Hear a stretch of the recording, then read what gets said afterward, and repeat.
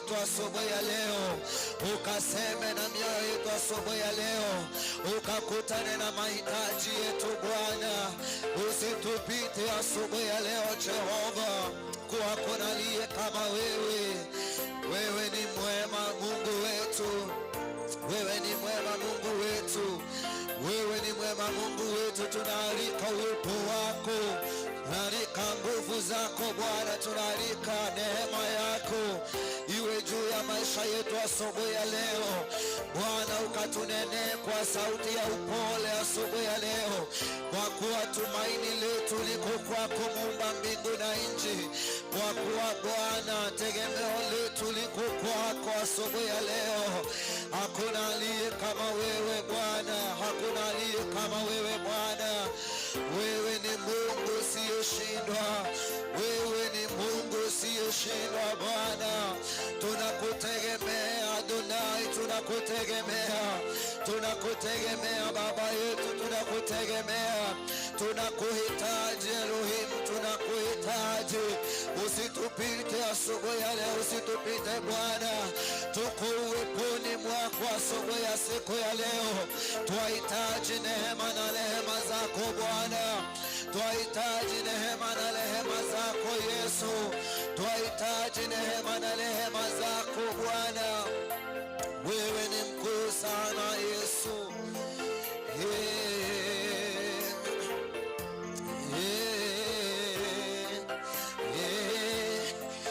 Usinipite Mwokozi, nisikie Bwana unapozuru wengine.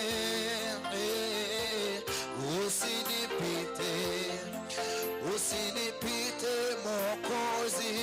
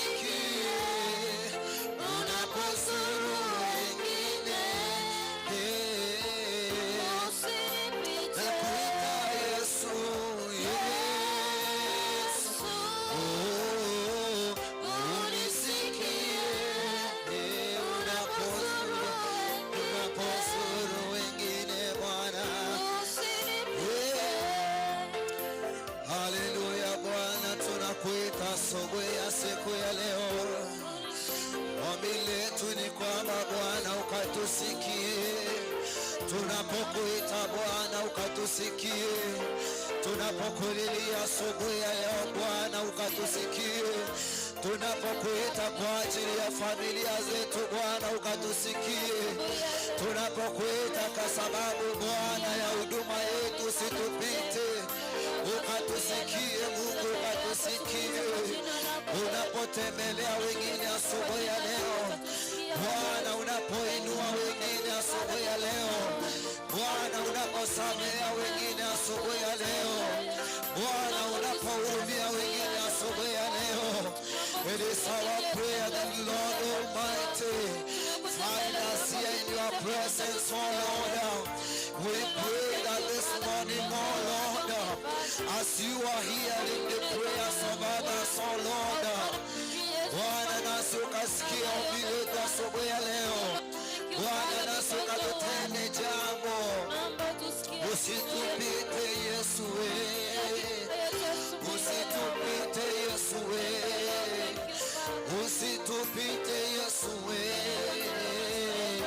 Bwana, tunakutegemea asubuhi ya leo Bwana, tunakutegemea asubuhi ya leo, tunategemea kutakuzwa na wewe Bwana, tunategemea kuinuliwa na wewe Yesu, tunategemea kutiwa nguvu na wewe, tunategemea Bwana kuinuliwa na wewe. Tusikie asubuhi ya leo. Oh Lord, hear us this morning. Oh Lord, hear us this morning. In the name of Jesus Christ our Lord. Tunajisalimisha kwako Bwana, tunasema hakuna aliye kama wewe Yesu.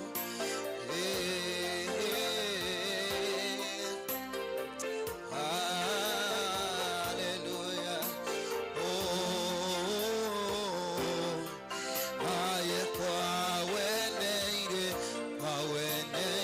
ogosasimwa, kwa weneire Yesu, kwa weneire ogosasimwa, kwa weneire ogosasimwa, kwa weneire Yesu, kwa weneire ogosasimwa, kwa weneire ogosasimwa, kwa weneire Yesu, kwa weneire ogosasimwa, kwa weneire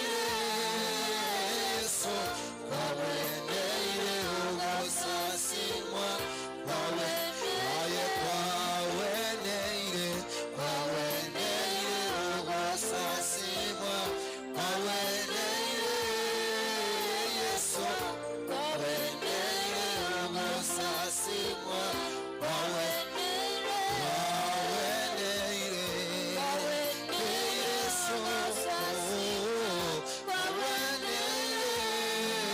Yesu, kwa weneire ogosasimwa, kwa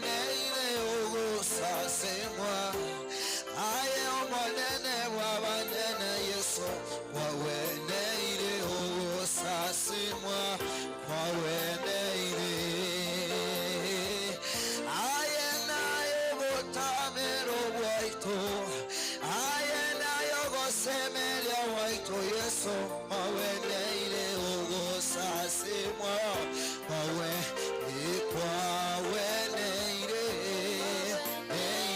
ogosasi, meire Yesu, maweneire ogosasimwa, maweneire ogosasimwa, maweneire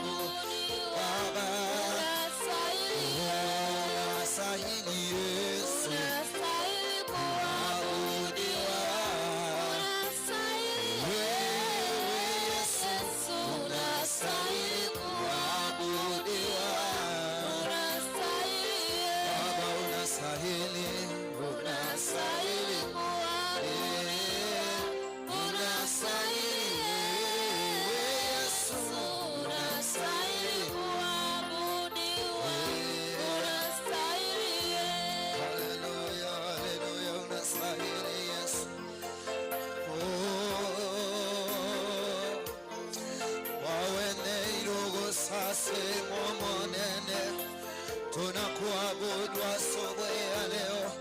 Bwana, tunakiri kwamba unastahili. Yesu, tunakiri kwamba unastahili.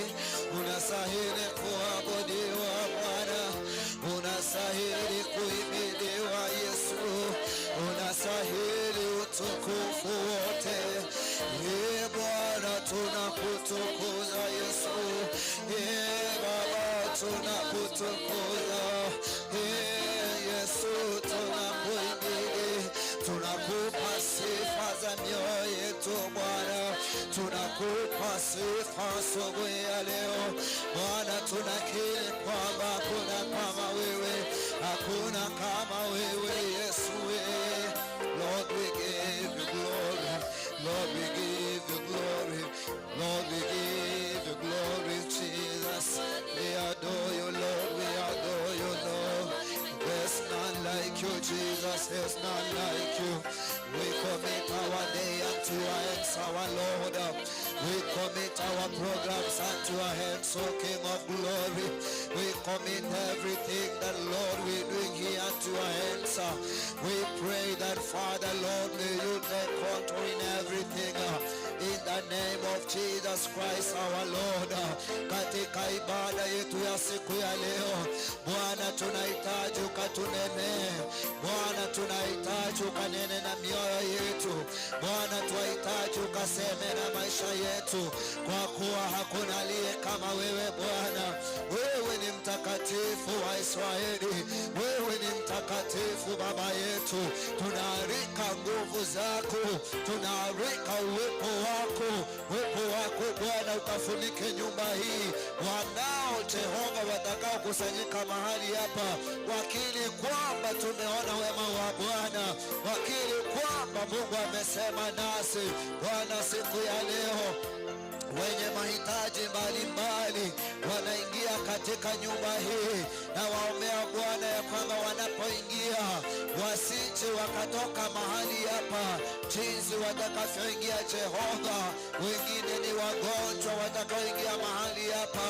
Lord, we speak of their healing this morning. As they step their feet into this house, oh Lord, they will receive their healing, O King of glory. Wengine Bwana wataingia mahali hapa macho yao yakiwa yamejaa na machozi. Ombi letu asubuhi ya leo ni kwamba Bwana, wanapoingia mahali hapa asubuhi ya leo ukawapanguze machozi yao katika jina la Yesu Kristo. Ukawaondolee kile Bwana kinachowafanya wanalia kwa utukufu wa jina lako. Wengine wataingia mahali hapa Bwana wamechoshwa na mambo mengi ya dunia. Neno lako linasema kwamba katika kitabu cha Mathayo ya kwamba njooni kwangu nyinyi nyote mliolemewa na kupepeshwa mizigo mizito, nami nitawapa pumziko. As they are coming here today, Lord, may you give them everlasting rest in the name of Jesus Christ our Lord. Wengine wataingia mahali hapa Bwana wakiwa na matarajio makubwa kwamba Bwana utawatenda jambo.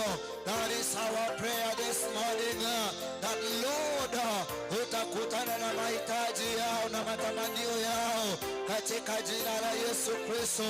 Wengine watakuja mahali hapa wakiwa na mahitaji mengi Bwana, wanahitaji hili, wanahitaji lile, wanahitaji na lile lingine Bwana. Si wewe ni Mungu wa rehema, unaweza ukawatendea siku ya leo, unaweza ukawafanyia siku ya leo. Kila mmoja atakapotoka mahali hapa Bwana akatoke na wimbo mpya akisema kwamba Bwana amenisaidia. Sema kwamba Bwana ameniinua. Bwana, asubuhi ya siku ya leo tumesimama kinyume na nguvu zote za giza zitakazotaka kujiinua kinyume na mkutano wetu wa siku ya leo, kinyume na mapenzi yako siku ya leo, kinyume na makusudi yako Bwana. Tunakemea zote katika jina la Yesu. Bwana, tunatangaza ya kwamba mahali hapa ni mahali pako. Utatuzungumzia vile upendavyo Bwana, utatuhudumia jinsi ambavyo Bwana inavyokupenda. mwisho wa siku ya leo Bwana, tutalishukuru jina lako, tutasema kwamba Bwana umetutenda. Asante kwa sababu ya wale wanaotutazama pia, na waombea asubuhi ya leo kwamba neema yako Bwana iwe juu ya maisha yao, neema yako Jehova iwe juu ya maisha yao Bwana, ukakutane na kila mmoja, ukamtendea asubuhi ya leo, ili jina lako Mfalme likaweze kutukuzwa. Pokea sifa, heshima na utukufu, kwa kuwa hakuna aliye kama wewe. Si wewe ni baba yetu, si wewe ni Mungu wetu, si wewe ni kimbilio letu Bwana, si wewe ni tegemeo letu, si wewe ni msaada wetu, si wewe Bwana ni yote kwetu. Tunakutukuza leo, tunakiri kwamba Bwana tunajisalimisha kwako. Mapenzi yako Mfalme yakafanyike katika maisha yako yetu Bwana. Uwanja kwa Nyasaye okoleka samagi maitu ikiagera ntuko nyara tweko tayo. Twasabire ng'obuya bwawe tuisane, twasabire ng'obonene bwawe Jehova bwabe iguru y'amagi maitu ukwanamo na intwerero Jehova. Tusipaki chizi tulivyoingia mahali hapa tukiwa. Neema yako Jehova, neema yako Bwana ndiyo tunahitaji leo. Lord, we give you worship. Lord, we give you glory. Lord, we adore you. We magnify your name. We give you all the glory. We give you all the adoration, oh Lord. We just worship you, Father. We just adore you, Lord. We exalt your name high above. We exalt your name high above, Lord. Take all the worship, O King of glory. Take all our worship, oh Lord. Obonene nubwa Nyasaye, unditayunga munayo manene, itayunga munayo manene. Ainukubwa waito Nyasaye, aini chingulu chaito manene, aina ya mavira ito Jehova. Tunakushukuru Bwana kwa yote Jehova, tunakuhimidi.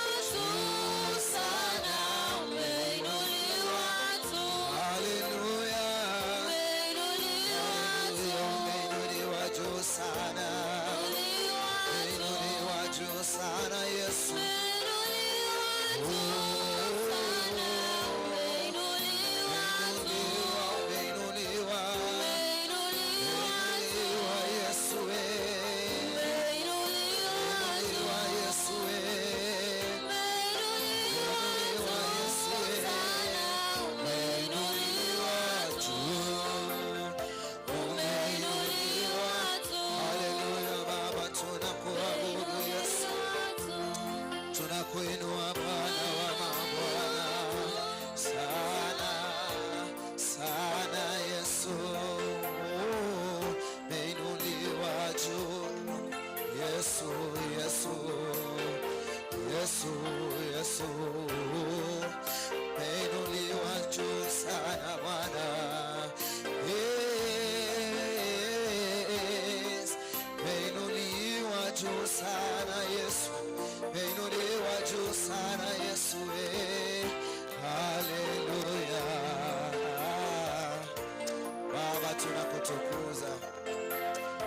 tunakupa utukufu asubuhi ya leo.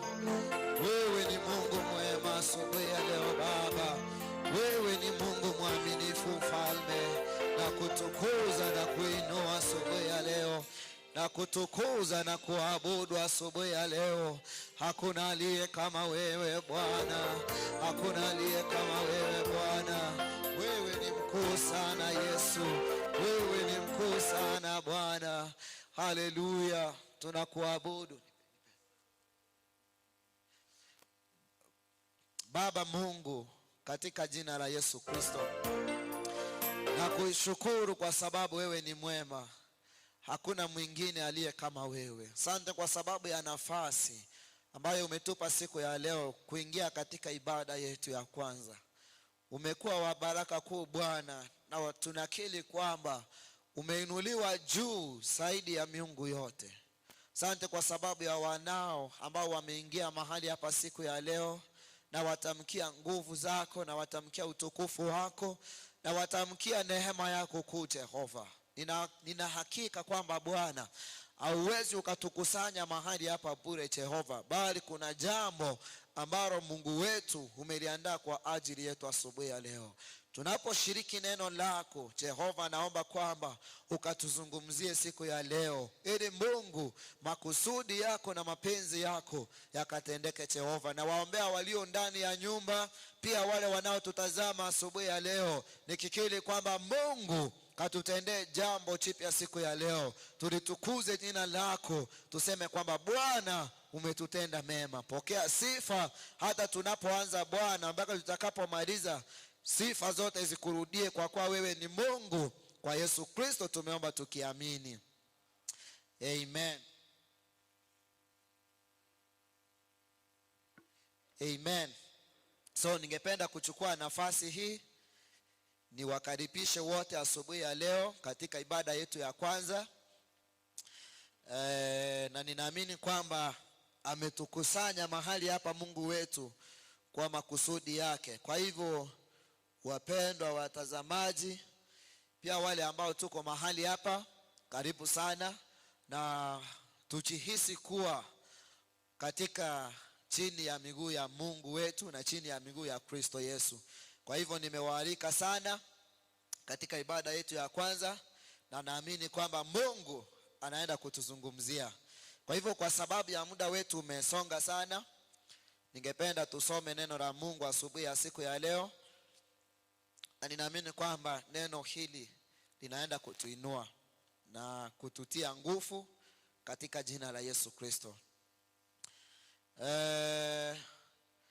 Ningependa tusome katika kitabu cha Wathesalonika wa kwanza, mlango wa 5 mstari wa 11. The book of 1 Thessalonians chapter number 5 and verse number 11. Nitasoma kwa Kizungu, pia nitasoma kwa Kiswahili. The Bible says, therefore encourage one another and build each other up, just as in fact you are doing. Nirudie. Therefore encourage one another and build each other up, just as in fact you are doing. Nitasoma pia kwa Kiswahili. Biblia inasema kwamba katika kitabu cha Wathesalonike wa kwanza mlango wa 5 mstari wa 11, basi farijianeni na kuchengana kila mtu na mwenzake, vile vile kama mnavyofanya. Nirudie tena. Biblia inasema kwamba basi farijianeni na kujengana kila mtu na mwenzake, vile kama mnavyofanya. Wacha niombe. Baba, nakushukuru kwa sababu ya hili neno lako. Naamini kwamba Mungu, katikati ya neno hili kuna hazina yetu, na kuna lile Bwana ambalo unahitaji kuzungumza na maisha yetu. Iwe hivyo katika jina la Yesu Kristo. Tunapo shiriki neno hili Bwana, naomba kwamba ukatuzungumzie kupitia kwa neno hili, kwa utukufu wa jina lako. Pokea sifa kwa kuwa wewe ni Mungu. Kwa Yesu Kristo tumeomba tukiamini, na mtu aseme amen. Amen. So mahali ambapo tumesoma, tuko na vifungu vingine tutaongeza ili tukaweze kusikia yale ambayo Mungu anahitaji. So ningependa nizungumzie kidogo jambo linalosema kwamba tunainuka kwa sababu ya kuinua wengine. Bwana asifiwe. Hilo ndilo neno ningependa nizungumzie asubuhi ya leo, ya kwamba tutakapowainua watu wengine pia nasi tutainuliwa. Kwa kizungu, our topic is we rise by lifting others. Kwamba tunainuka kwa kuwainua watu wengine. Bwana Yesu asifiwe. Wakati mwingi tunaishi katika dunia ambayo watu wanapenda wainuke, wafike katika viwango ambavyo wao wenyewe wanahitaji kufika.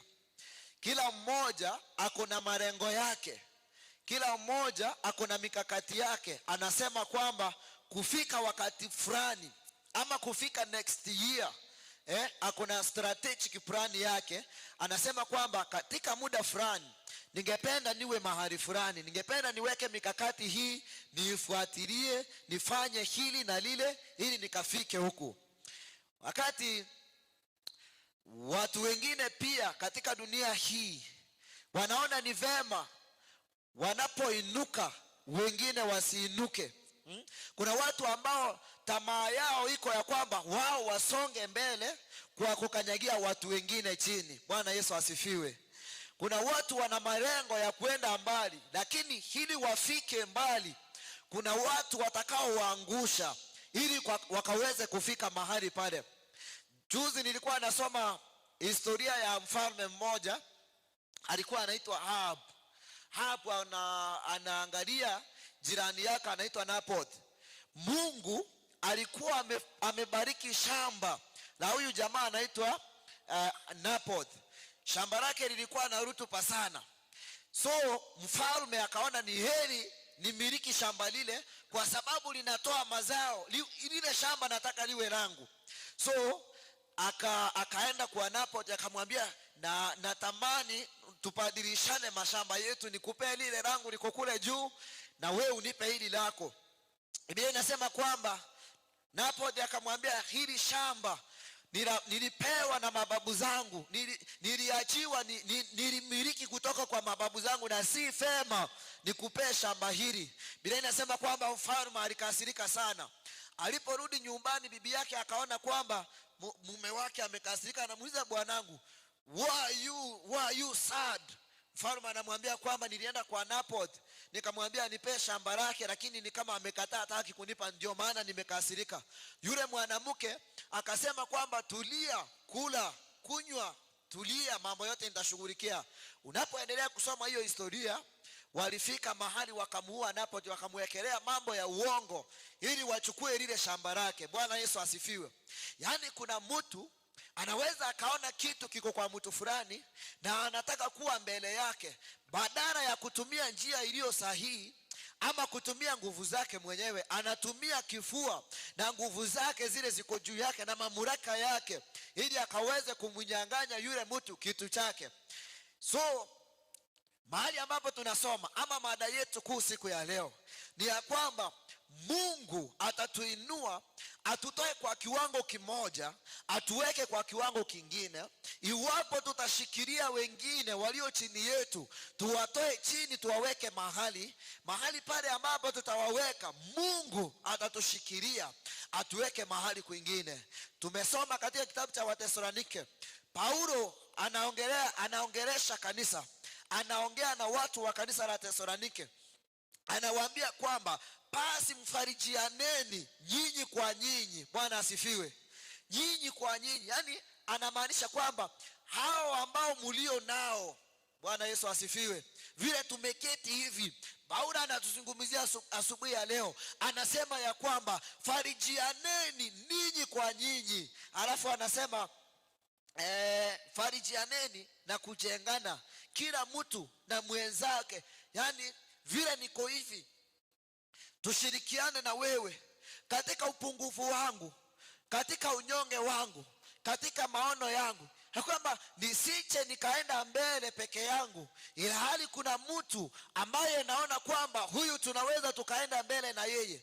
Nisiche nikafanya mambo peke yangu, ila hali kuna watu wengine wanaumia, ningekuwa kwa msaada, nani ningekuwa wa msaada kwao. Bwana Yesu asifiwe. Anasema ya kwamba mfarijianeni na kujengana, kila mtu na mwenzake, vile vile kama mnavyofanya. So anatia kanisa moyo, kwa sababu anapowaangalia sio watu ambao wanajipenda wenyewe, sio watu wanapenda tamaa zao, ni watu waliokuwa wanapenda kutembea kwa pamoja. Kanisa la Tesalonike ni watu walikuwa wanapenda kufanya mambo yao, wanafanya mambo yao kwa pamoja. He is encouraging them. Anawaambia ya kwamba therefore encourage one another, ya kwamba munapoendelea kusonga mbele, munapoendelea kuinuka kama kanisa, munapoendelea kupiga hatua kama kanisa, farijianeni nyinyi wenyewe, encourage one another. Mtu akifanya hili mtie moyo, mwambie ukifanya hilo na mimi nikifanya hili tunafanikiwa. Bwana Yesu asifiwe. Lakini tunaishi katika ulimwengu ambao kila mtu anataka kufanya tu kile kinacho mupa faida yeye mwenyewe.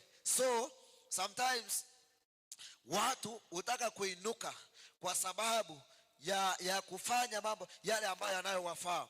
Lakini kwa ufalme wa Mungu, ukuu wa mtu, kwa kuwa watu tunatamani sana kuwa wakubwa, ukuu wa mtu si kukuwa na multitude of people wanaomshabikia. Bwana asifiwe. Yani wewe kuinuka zaidi, sio lazima uwe na watu ambao wanasimama nyuma yako wanasema ni wewe peke yako, ni wewe peke yako. The things of the kingdom of God, Mungu yeye aangalii ni watu wangapi wanaosimama nyuma yako wanaokusupport. Mungu anaangalia ni watu wangapi kupitia kwako wamesimama. Ufalme wa mbinguni unafurahia unapoinua mtu mwingine. Ufalme wa mbinguni unafurahia unapotia mtu aliyekufa moyo, unamtia moyo. Ufalme wa mbinguni unafurahia mwenzako akianguka, usiseme sio shauri yangu, mtu anapoanguka wacha anguke, mimi sina shida. Bwana asifiwe. Kuna watu tunaowaona wanaangamia. Kuna watu hata hapa kanisani unamwona unasema huyu mwenzangu amerudi nyuma, tulikuwa fellowship pamoja. Lakini anatoka tu kanisani, hata you don't care ako wapi, hautaki hata ukamjulia hali, hautaki hata ukaulizia na fulani alienda wapi, sijawahi muona siku hizi. Biblia inasema watu tunachitamania mambo makubwa, tunahitaji tuinuke, tuone watoto wetu wameenda mbali, tumejenga manyumba makubwa. Lakini ufalme wa mbinguni unafurahia, the kingdom of God rejoices when mbingu zinatazama chini, naona ya kwamba we are concerned about others. Tunashughulikia mahitaji ya watu wengine, tunalia kwa mioyo yetu kwa sababu ya wale ambao wanafanya dhambi. Tunalilia wale ambao wamepotea, hawajui njia. Mbingu inafurahia. Bwana asifiwe.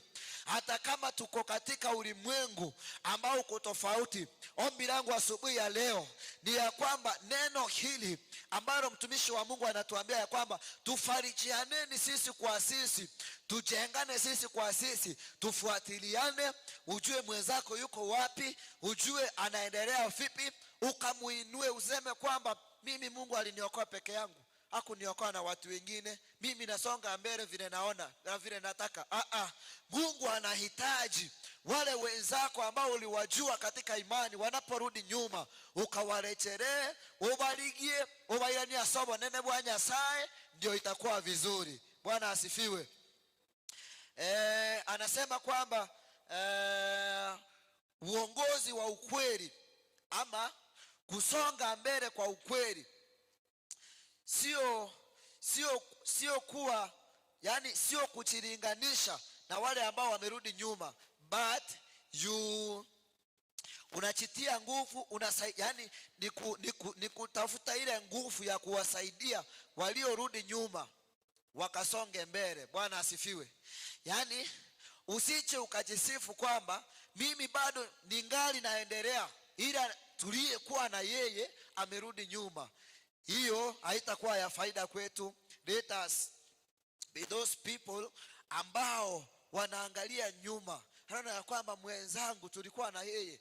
Hata katika familia zetu unaweza pata uko kanisani peke yako, hakuna mtu anakufuata, ila hali uko na watu wengine katika familia yako. You have a wife, uko na watoto, uko na wajukuu, hakuna mwenye anakufuata, but you don't care. Unasema kila mtu na msalaba wake. Umeacha watu wa nyumba yako nyumbani, wewe uko hapa tu. Bwana asifiwe.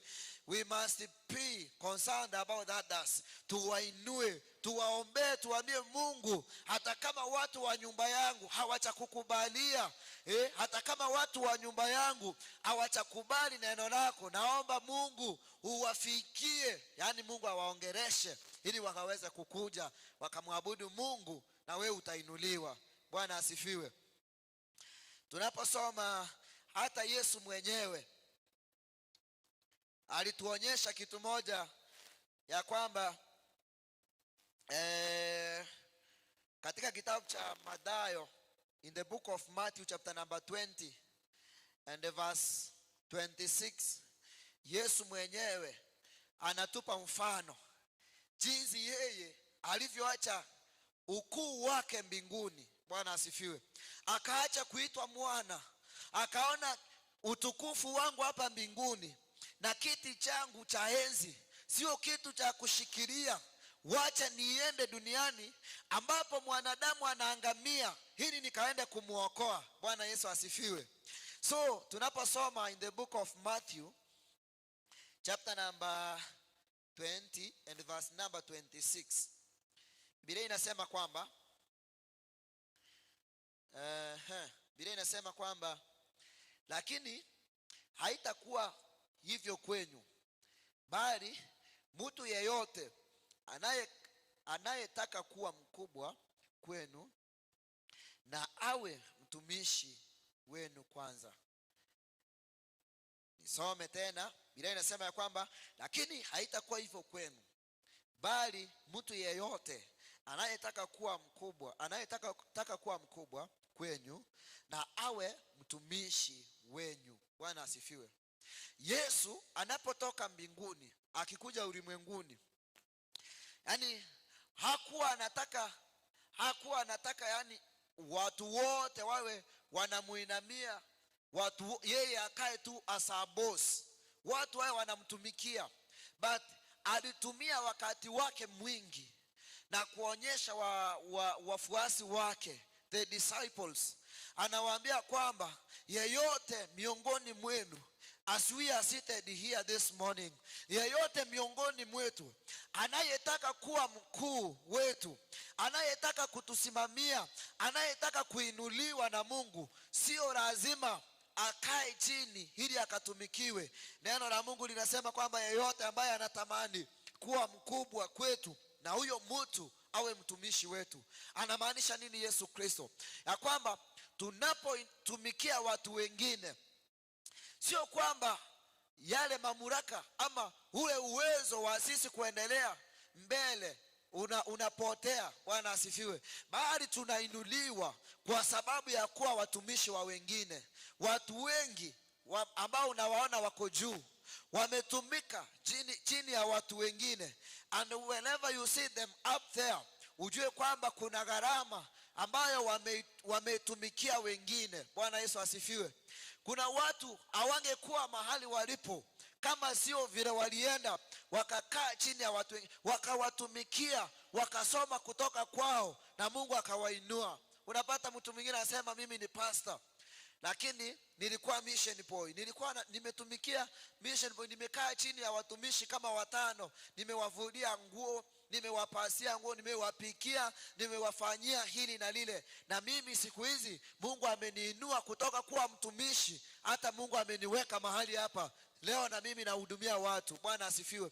Hivyo yeyote anayetaka kuwa mkubwa miongoni mwetu, Biblia imesema kwamba lazima kwanza awe mtumishi wa wengine. Kwa hivyo kama unahitaji Mungu akakuinue, kama unahitaji Mungu akakuweke katika mahali pa juu, mahali ambapo utahudumiwa na wengine, tumikia watu unapopata nafasi. Bwana asifiwe. Unapopata neema ya kusaidia mtu, usiulize nafasi ya kumsaidia, msaidie tu vile Mungu amekuzungumzia. Mungu anakuandalia mambo yaliyo mema. Amen. Mungu anakusudia kukuinua kwa sababu ya kuwatumikia watu wengine. Juzi nilikuwa naambia mtu fulani ya kwamba kuna wakati nilienda Nairobi when I was young. Hata hivyo sijazeeka, niko mdogo. Kuna wakati nilienda Nairobi and I was so much excited, nikasema kwamba naenda Nairobi kwa sababu nataka kujenga nyumba kwetu yangu. Nilikuwa na tamanio kwamba Mungu ukinisaidia tu hivi niende Nairobi nifanye kazi, nitakuwa naekeza pesa zangu kila mwezi, nitakuwa nawekanisha, nikuje nikimaliza nitakuja kujenga nyumba yangu. So wakati huo nilikuwa nimeokoka, nimepatizwa, niko Nairobi nafanya kazi kidogo, nasoma neno la Mungu. So I worked for 6 months. Bwana asifiwe. Nilifanya kazi kwa miezi 6. Lakini niliporudi nyumbani, nilirudi na mabati 3 peke yake. Bwana asifiwe. Nilirudi na mabati 3 ya 1500. Wakati huo 2014-15 mabati ilikuwa shilingi 500. So nikafanya kazi. Si kwamba sikuwa nalipwa. Nilikuwa nalipwa. Lakini niliona watu vile wanateseka. Mahali nilikuwa nafanya kazi, ni kazi ndogo ndogo tu. Bwana asifiwe. Lakini nilikuwa nalipwa. Hani mtu anakuja na huruma, hani mtu anakuja amebeba watoto 3, anasema hatujakula kitu kutoka juzi, tuko na njaa. Ayemokaka, usipotusaidia leo tutakufa. Sasa na mimi naona ni heri nisaidie watu wa Mungu. So I did hiyo kazi kwa miezi 6. Mama yangu ananipigia simu ananiambia, wewe msenzi, hiyo ulienda Nairobi hapo kukula raha. Wewe kula raha kabisa, lakini ujue utarudi nyumbani mwishowe na utakuwa umejenga nyumba. Bwana asifiwe. Finally I came back after 6 months, nikaona Mungu hapa unanijaribu. So miaka ikaenda. So ulifika wakati wangu wa kujenga nyumba. Juzi hivi kaambia Mungu, nilienda Nairobi, nilikuwa na tamanio la kujenga nyumba, lakini sikupata nafasi kwa sababu nilienda nikatumikia watu wako. Ulinituma pale, pesa yangu niliyokuwa napata, badala ninunue mabati, nilisaidia watu wako kwa miezi 6. So nikaambia Mungu, na mimi nikumbuke yale mabati nilienda kutafuta pale, nilipea watu wengine, sasa na mimi nataka kujenga. Hivyo ndo Mungu aliguza watu wakasimama na mimi. Bwana asifiwe. Nataka kusema nini? Wakati mwingine unaweza kuwa uko na malengo yako, lakini usiwe umetazamia yale malengo yako kiasi kwamba hauwezi ukahudumia watu wengine walio na mahitaji. Bwana asifiwe. Useme kwamba mimi niko na long term vision, maono yangu, hauwezi ukaingilia maono yangu. Nimesema kwamba mimi nataka nijenge nyumba mwaka kesho, na pesa yangu yote yenye sitaki tindaitiko siakelia for the sake of what I want to do. And yet you see people struggling. Unaona watu wanalia, watu hawana chakula, watu hawana hata nguo, and you don't care. Biblia inasema kwamba yeyote miongoni mwenu, Yesu anaambia wanafunzi wake, hapa ni wakati amewaosha miguu, anawaambia kwamba yeyote miongoni mwenu anayetaka kuinuka na awe mkuu zaidi, lazima awe mtumishi wa watu wengine. Bwana asifiwe. Mungu anaheshimu ile huduma ndogo ambayo tunahudumia watu wengine.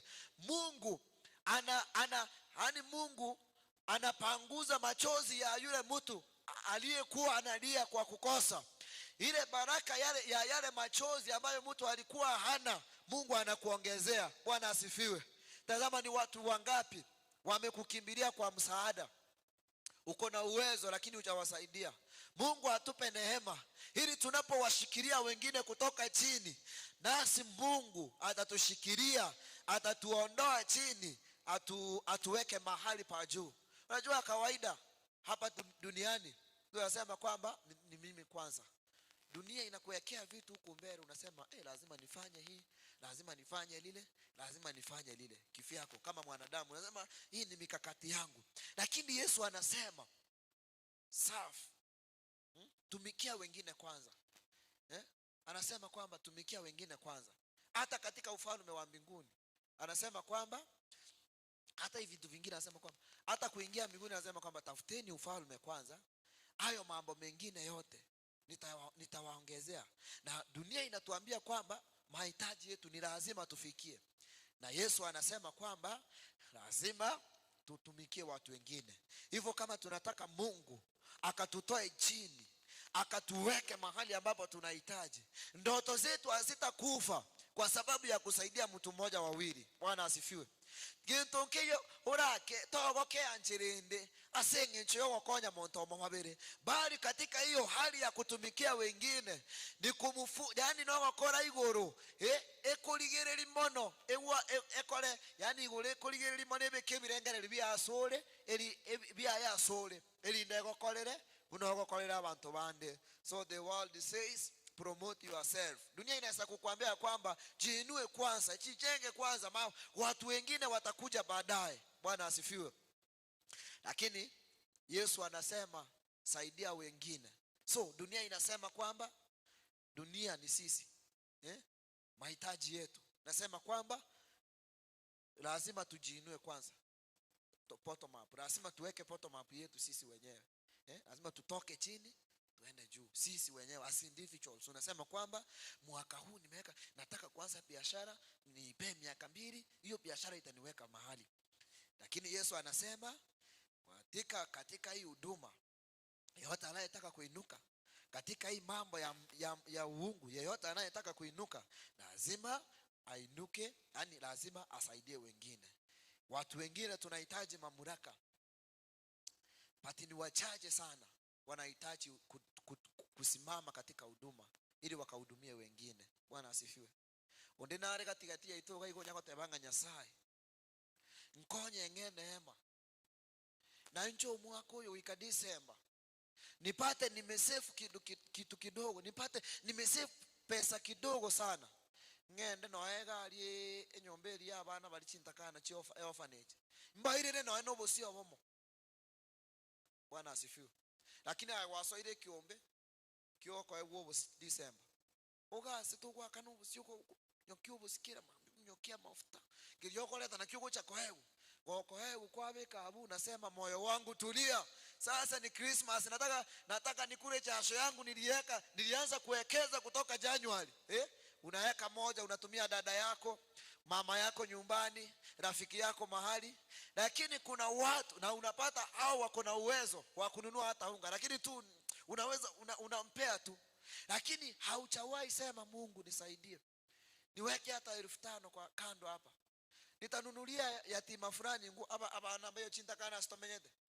Dunia inasema kwa yani watu wengi let's have a desire kama hiyo, tuseme kwamba Mungu utakaponisaidia Disemba ikikuja nitakuwa nimeweka hata 1,000, nitakuwa nimenunua hata unga panel moja, kuna wajane wako katika mahali tunaishi, nitawapea unga moja na wao washerekee. Bwana asifiwe. Mungu ataona huo ukarimu na Mungu atakuinua. So ni wachache sana wanaomba hayo maombi na bake bagusaba huko ikaro kubika na ne bintu biribi au kulikaso mwaka wakora kitu kama hii hujaandika. Kuna wengine wanaandika mwaka huu nataka nifanye hivi, watoto wangu waende shule, nivae mavazi, kila mwezi nitakuwa nanunua nguo, ama kila miezi baada ya miezi 2 nitakuwa nachinja kuku. Yani unapanga mambo yako vizuri. There are people outside there ambao wanakuhitaji. Hauchawaweka mahali popote, hata kwa maombi. Bwana asifiwe. Hata kwa maombi, yani unapanga maombi yako tu we mwenyewe. Unasema nitaenda kanisani, nitaombea mama yangu na baba yangu, Mungu awasaidie. Nitaombea dada yangu, nitaombea ndugu yangu, na mimi nitaombea na watoto wangu. Lakini unasahau kuombea watu wengine. Unasahau kwamba kuna watu wengine wanaweza wakahitaji maombi yako. So Mungu atusaidie ili tukaweze kuwa watumishi. Bwana asifiwe. Tukaweze kuwa watumishi. So Karibu na kumalizia, niseme kwamba Mungu anaona kila tendo la upole unalowafanyia watu wengine. Bwana asifiwe. God sees every kind word. Yani kila lingana lilio buitongo liko lwasole uchi asoma omuntu olense kwa bwato omuntu kwa matebinga gakino etimbo atyo kubwa kwa kolere gintu. Wacha tuombe Mungu aingilie obuitongo obwo. Nyasaye nagorete ki na buruchi. God sees every kind word. Kira ogokora kwa obuitongo Nyasaye nagorete ki na kuruche egintu gekogera. Nyasaye ataraguikia sota gituike riri atagitura atumeke urakorera abantu bande korera abantu bande imukereria abantu bande igoro. So another thing, God sees hidden acts of help. Abantu bali bagokonya abantu bubisi. Bwana asifiwe. Nyasaye na amanyete, Mungu anajua yale matendo ya kusaidia watu ya asili. Kuna mtu anasema kwamba fulani ana msaada, Mungu nisaidie niende nikawe kwa msaada kwake. Mungu anaona hayo, yani vile unafikiri. Mungu anaenda anasaidia mtu kwa sababu ameona kwamba yani Mungu anakusaidia, unasaidia. So Mungu anaona kila tendo na kusaidia lile ambalo limefichika, na kwa wakati wake atalifanya kuwa wazi, aseme kwamba wewe ulikuwa wa baraka kwa watu wengine. It's your turn, na wewe utapokea kutoka kwa Mungu. God sees every prayer you pray for someone else. Bwana asifiwe. Kila wakati unapoombea mtu, unaposimama na mtu mwingine katika maombi, hata kama umwambii na kuombea, hata kama yani yote tu yule anakuja kwa akili yako unamwomba, unasimama na yeye katika maombi, Mungu anaona. Kuna wakati utahitaji maombi. Bwana asifiwe. Mungu ataamurisha watu wengine wasimame kwa ajili yako bila wewe kujua. So the act of, yani hiyo act yako ya kuombea watu wengine kwa asili, Mungu anafanya nini? Anaona. So God sees, kwa wakati wake ataweka watu watakao kuombea. Another thing, God sees every person you encourage when they feel like quitting. Bwana asifiwe. Kuna watu wanafika mahali wanakata tamaa kabisa na maisha. Bantu mbale bawe kwa mweli pi. Hakuna kamba mkononi anataka kuchinyonga. Hakuna dawa ameweka akorogete ndio hata kitikunywa. Kuna mtu hata unapokutana na huyo mtu unamsaidia. Biblia inasema kwamba God sees every person you encourage when they feel like they are quitting. Ani libarulinga baikiro mweli piba tagetego. Jana tulikuwa mahali fulani, apostle gamba anaweza kumbuka. Tona tebanga umuntu naba ekinanda naboke omotengiumu ya umuntu naroro omotengiumu ya baderi saa time inafika ekinanda kia koraki ere ndikwanya estima ya chire na onyole ngomo tengiumu ya mutiga agabu tokogendera gotenga kinanda gitakoretiki gitahiyo gosere dialie kwamba gitichi yakale tu akalire ndiyo muntu abigitiga bona abikire style yengiyenyia atagete koirure buse kwanyole kwamba giti yako lileki umuntu naro ikira muheli pi. Mtu amefika mwisho kabisa, anasema hapa, Mungu leo nataka tu nitoke dunia hii, leo sina amani. Yani mtu amefika mwisho. Unapomuencourage, unapomuombea, Biblia inasema kwamba Mungu atakuinua na Mungu atakutenda mema. The last verse nataka kuongea mahali hapa leo ni Matthew chapter 25 and verse number 40. Biblia inasema maneno haya. Matthew 25 and verse 40. Nitasoma kwa Kizungu alafu nitasoma kwa Kiswahili. Inasema kwamba whatever you did for one of the least of these brothers and the sisters of mine, you did for me. Wacha nirudie. Whatever you did for one of these least of these brothers and sisters of mine, you did for me. Nisome kwa Kiswahili. Biblia inasema kwamba na mfalme akajibu, huyo ni Yesu Kristo, akawaambia, amini nawaambia, kadiri mlivyo mtendea mmoja wapo wa hao ndugu zangu walio wadogo, mlinitendea mimi. Bwana asifiwe. Yesu anawaambia anaambia umati, anaambia the apostles kwamba kuna wakati okay, hapa ni mahali unaporudi nyuma, anasema nilikuwa na njaa mkanipa chakula, nilikuwa sina mavazi mkanifisha, nilikuwa na kiu mkanipa maji nikafanya nini? Nikanywa. Alafu akamuuliza Yesu, hatukukuona sisi? Hatujawahi kupea chakula, hatujawahi kupea nguo, hatujawahi kuona. So Yesu anawajibu, anawaambia sio mimi, sio lazima mnifanyie mimi. Bwana asifiwe. Vile mlivyowafanyia hao wenye uwezo mdogo walio ndani yenu, dada zangu na ndugu zangu wadogo wenye hawachiwezi, mlikuwa mnafanya nini? Mnanifanyia mimi. Bwana asifiwe. Si neno hili likatutie nguvu ya kwamba kila tendo la ukarimu, kila tendo ambalo tunawafanyia wale ambao hawachiwezi, tunakuwa macho kwa wale hawana macho, tunakuwa chakula kwa wale ambao hawana, tunawapea chakula, tunawafisha wale ambao hawana. Yesu atakuja kusema kwamba sio wao mliokuwa mnafanyia, mlikuwa mnafanyia mimi. Bwana asifiwe. Mungu Yesu ama Mungu amewekeza baraka zetu katika watu hawa ambao tunaowaona.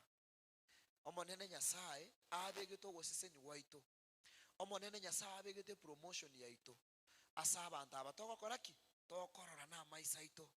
Any moment tokubakorera bube Nyasaye nagorete ki na aroche. So atasema kwamba kuna wakati tutakuja tunasema Mungu tulikuwa tunakusaidia anasema aje, mimi sikuwa nawaona, kulikuwa na watu miongoni mwenu.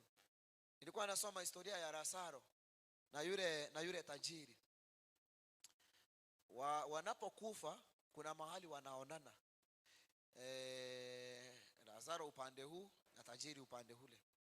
So Abraham anaongea kwa niaba ya Lazaro, anasema kwamba yule tajiri anamwambia kwamba mimi nishafika hapa sasa, kama siwezi nikaokoka kutoka hapa, kuna wenzangu walio duniani, mtume hata Lazaro aenda akawaambie mahali niliko sio salama. Bwana asifiwe. Yaani nataka kusema nini? Kwamba matendo yetu kuna wakati yatalipwa. Yaani mbingu zinaangalia vile tunavyowahudumia watu wengine. So huduma yetu kwa watu wengine tuwafanyie watu wengine bila kuchagua, kwamba hata wale wadogo miongoni mwetu, huyo ni Yesu mwenyewe. Bwana asifiwe. Igotoro n'umuntu kagutarabusa otebenga tagokora umukeraguri yanga nje gucakonya kugura n'umuntu cyamba nge yanga umuntu tagokora na mugondera akonya rende bale batari gukora, lakini kuna yule unaona kwamba huyu anahitaji, yule akolezi muongelesha, mwambie go and work. Bwana asifiwe. So ninapomalizia niseme kwamba kuna mwimbaji mmoja kawaja alikufa, lakini alikuwa anaimba kwamba naomba niwe baraka kwa watu wengine. Bwana asifiwe. Naomba niwe baraka kwa watu wengine, nisiwe sababu ya yeyote kulia. Bwana asifiwe. Nisiwe sababu ya yeyote kuumia, nisiwe sababu ya yeyote kuanguka. So Mungu atusaidie tuwe na huo moyo wa kusaidia watu wengine, wa kuinua watu wengine, ili nasi tukaweze kuinuliwa. Mungu hawezi akakuinua atakapoona kwamba you have a selfish heart, moyo wa kujitakia mwenyewe. Yesu, yani Mungu anamwambia Abrahamu katika kitabu cha Mwanzo, hapo ndo karibu namalizia, Mwanzo 12, Mungu anamwambia Abrahamu, I will give you many descendants. Hiyo ni 12 verse 2. And they will become a great nation. I will bless you and make your name famous, so that you will be a blessing. Mungu anamwambia mtumishi wake Abraham kwamba Abraham, nitakupa watu, nitakupa uzao, nitakubariki. Na sikubariki tu hivyo, ili anataka nikubariki, ili wewe pia ukawe wa baraka kwa watu wengine. Bwana asifiwe. Anasema verse 3, I will bless those who bless you and I will curse those who curse you, and through you I will bless all the nation. Yani Mungu anamhakikishia Abrahamu ya kwamba, Abrahamu, wewe nitakufanya uwe wa baraka, na baraka zako zitafutia watu wengi. Yeyote atakaye kubariki, na mimi nitafanya nini? Nitambariki, na taifa lote litabarikiwa kwa ajili yako. Bwana asifiwe. Hivyo Mungu anaweza akabariki hata familia yako yote kwa sababu yako. Si Mungu atusaidie, tuende huku nje, yule tunayeweza kumsaidia tukamsaidie, yule tunayeweza kumuombea tukamuombee, tuseme Mungu amuinue hili iwe sawa na sisi. Bwana asifiwe. So Mungu atusaidie sana na Mungu atubariki. We are tunainuliwa kwa sababu ya kuinua watu wengine juu. So Mungu atusaidie sana, atupe neema ya kuwainua watu wengine, ya kuwatumikia wengine. Tukishawatumikia, nasi Mungu atashughulikia mambo yetu kwa utukufu wa jina lake. So ningependa tusimame juu. Tumemaliza ibada yetu. Tutaleta sadaka zetu, tuombe, tumalize, tuende Sunday school, na Mungu atatubariki. Amen. Mungu akitusaidia tuwe wa baraka kwa wengine, and it shall be well. Amen.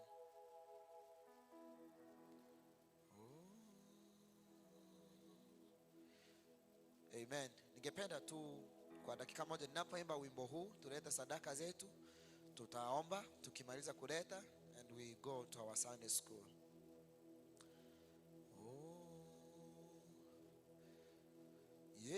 Yesu, Yesu, unisikie,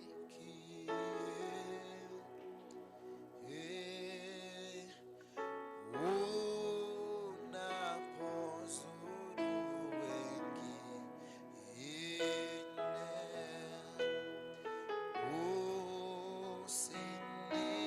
usinipite.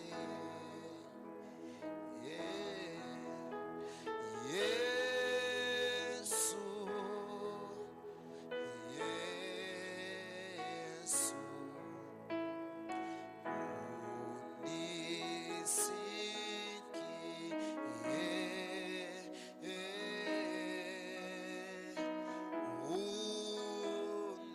unapozuru wengine,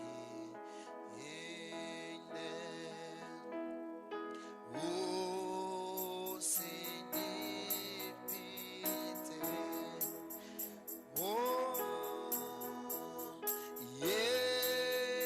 Yesu, Yesu,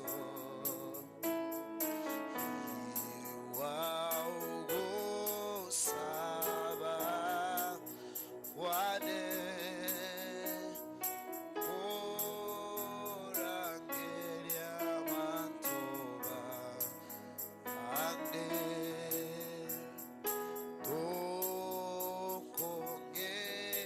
tokongedanya. Amen. Wacha tuombe. Baba Mungu, katika jina la Yesu Kristo, wewe ni mwema sana, na tunalishukuru jina lako asubuhi ya leo kwa kuwa umekuwa mwema katika maisha yetu. Asante kwa sababu ulitukusanya mahali hapa kwa ajili ya neno lako. Bwana, umetuzungumzia ya kwamba tunapoinua wengine nasi tunainuliwa. Tunapotumikia wengine Bwana, hiyo ndio inakupendeza. Ombi langu asubuhi ya leo ni ya kwamba yeyote ambaye amesikia neno hili, Mungu akawe mtumishi wa wengine. Atakapokwisha kuwatumikia wengine Bwana, utamuinua katika viwango vya juu, utamfanyia vile Bwana anavyohitaji. Ombi langu asubuhi ya leo Bwana ni kwamba ukatusaidie Mungu mioyoni mwetu, tusiwe watu wa kujitakia tu. Paulo anaambia kanisa la Wathesalonike ya kwamba mfarijianeni nyinyi kwa nyinyi na kujengana vile mnavyofanya.